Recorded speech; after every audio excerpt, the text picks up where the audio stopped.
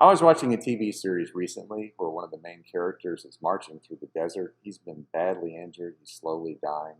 Every step he takes, he leaves this bloody footprint in the dust. Now, he's a very tough guy, but in that moment, as he stumbles across this desolate landscape, people from his past begin to appear. So is he hallucinating? Maybe. But his drunken, abusive father materializes from out of nowhere and walks alongside him, spewing these awful, hateful things about how worthless and no good his son is. Then a group of teenagers appear, bullies from long ago in his life, threatening him and taunting him. A wounded man emerges from the haze, begging him for forgiveness and pleading for his life. The wounded man stumbling along tells these apparitions to go away, leave him alone, but they're just too much a part of who he is. They're not just ghosts from his past. In his mind and heart, they're very much alive, and they're very much part of his identity. But he tells himself he must be strong and try to ignore these ghosts and to keep on moving. Finally, in the distance, like a mirage, he sees the love of his life, his wife, walking toward him, and the painful memories and the characters that are much more than memories fade away. In seeing her, he straightens up and smiles as they draw together. His pain and his fear subside. He and his wife had promised each other they would meet again, and the promise has now been kept. They express their love for each other, and she tells him the love that they share cannot die. She says gently that he can finally let go and be at peace. But he's confused. Is she real, or is he still dreaming? He's made so many mistakes, done some bad things. He's been badly hurt and betrayed, and he had hurt and betrayed others. All of that trauma and pain and regret he'd been carrying around his whole life, all the feelings of unworthiness and incompleteness. Could it really be true that love could overcome all of that? In his last moments of being physically alive, he was being shown a truth that you and I so easily forget, or we just never learn. But it's a truth that this day, Easter, is all about. Because Easter is a day of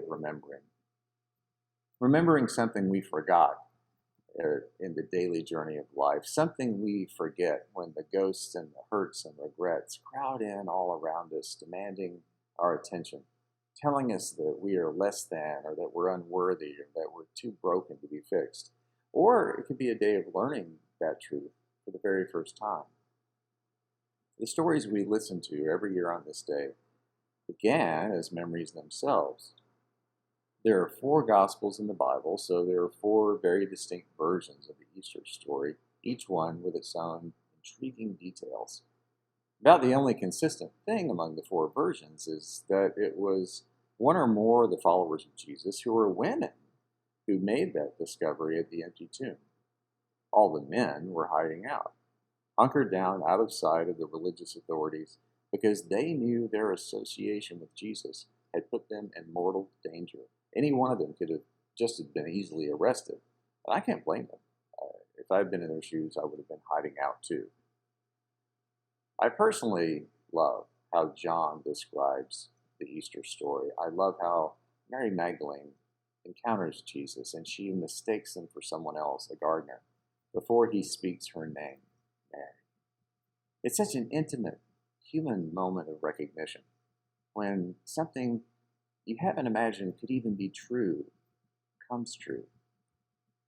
But you might wonder why, if this event was the most amazing thing that had ever happened to these people, and why, if an entire religious movement sprang from this very moment in history and would then come to dominate Western culture all the way up to right now, why these stories are not all identical.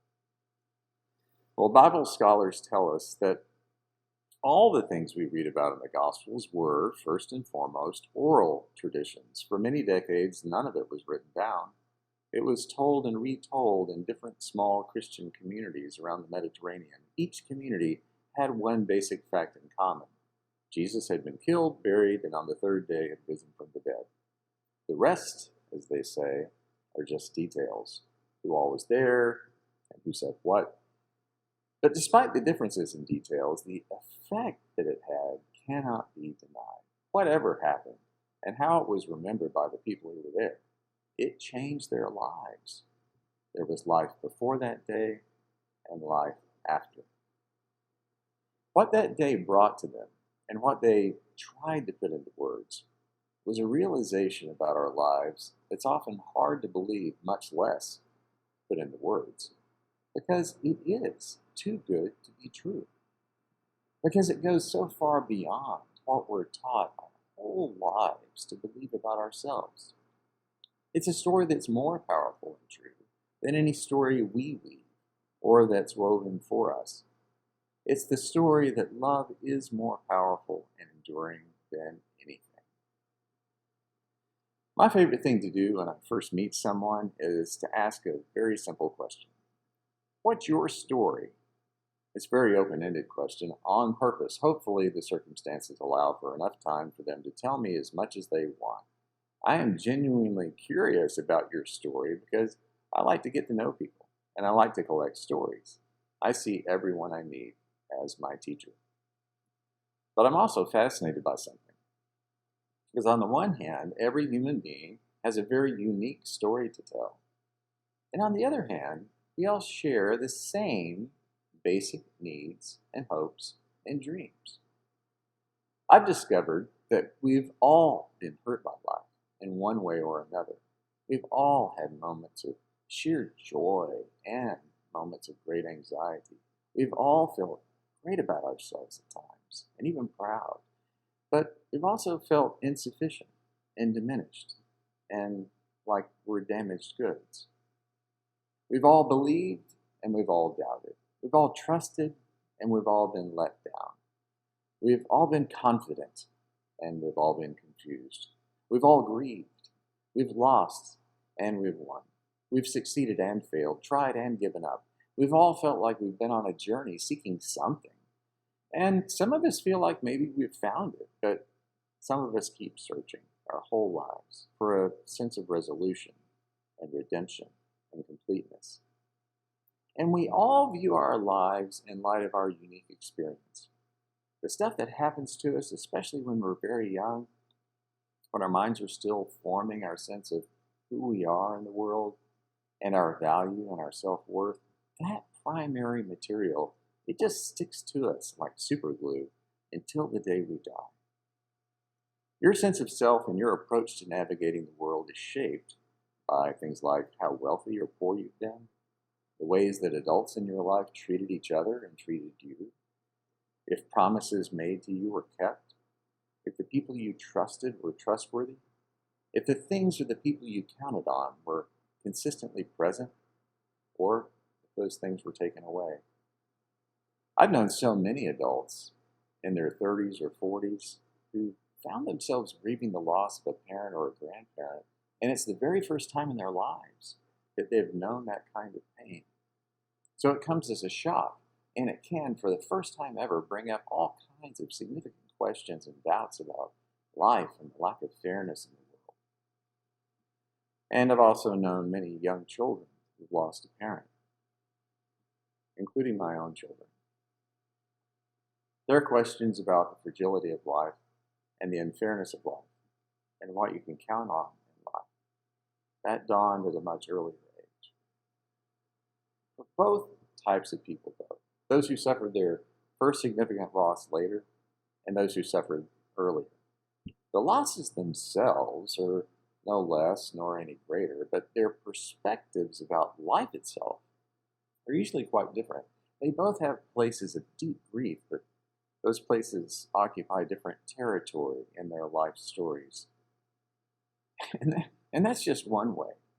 We can all be so unique and yet have so many of the same experiences of the heart, the same hopes and dreams.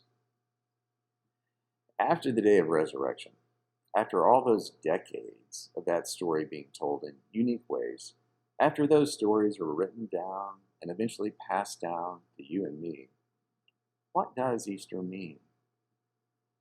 I surprise myself every year, and I've been at this for a long time. that I always discover new ways to think about the Easter story. I think that's been true because in the year that goes by since the last Easter and the new one, the story being woven about my life and yours continues to be created. None of us are the same people that we were 12 months ago. And that's especially true this year with all that we've been through together. We've known heartache and anxiety and grief. We're worn out and we're worn down. We're frustrated at not having our lives back to normal and not even knowing what normal will really look like. But in the middle of that and on the margins of that, we've also known courage and compassion and resilience and hope. But the truth is, as dramatically unique and challenging as this past year has been, it's actually true in any year that we have gone through, that life changes us and shapes us and wounds us and heals us and frightens us and inspires us. So maybe this Easter is about stopping for a moment of recognition and awareness, to hear our name being called as if to wake us from a dream. Maybe it's about remembering that all we've been through is real enough and hard enough, but that there's another reality that we are invited to live within. If I ever have the luxury of time in a conversation where I ask someone to tell me their story, I now have another question to ask. Imagine yourself 5 years from now, or let's make it easy, 1 year from now. What would you tell yourself you wish you would have done today, this day? How would you spend it? How would you share it? How would you live it if you had the gift of hindsight in advance? What would you say to yourself today? For myself, I'd sum it up in 2 words. Remember Easter. Remember the fact that no matter how you feel about yourself, no matter the mistakes you've made or the regrets that you have, no matter the ghosts who show up to taunt you as you do your best just to put one foot in front of the other, no matter how wounded you are or the wounds that you've inflicted, remember that none of that is more powerful or more enduring than love, God's love for you. Remember that the true story of your life is that you matter, that you are valuable, that you are worthy, that you belong. Nothing can ever take that away. So live today and tomorrow and the next day in that peace and in that light and in that love. Tell yourself that today, and don't wish that you'd waited a year or 5 years from now to say it, and realize that it is true. It always has been true, and it always will be true. Let that be your story.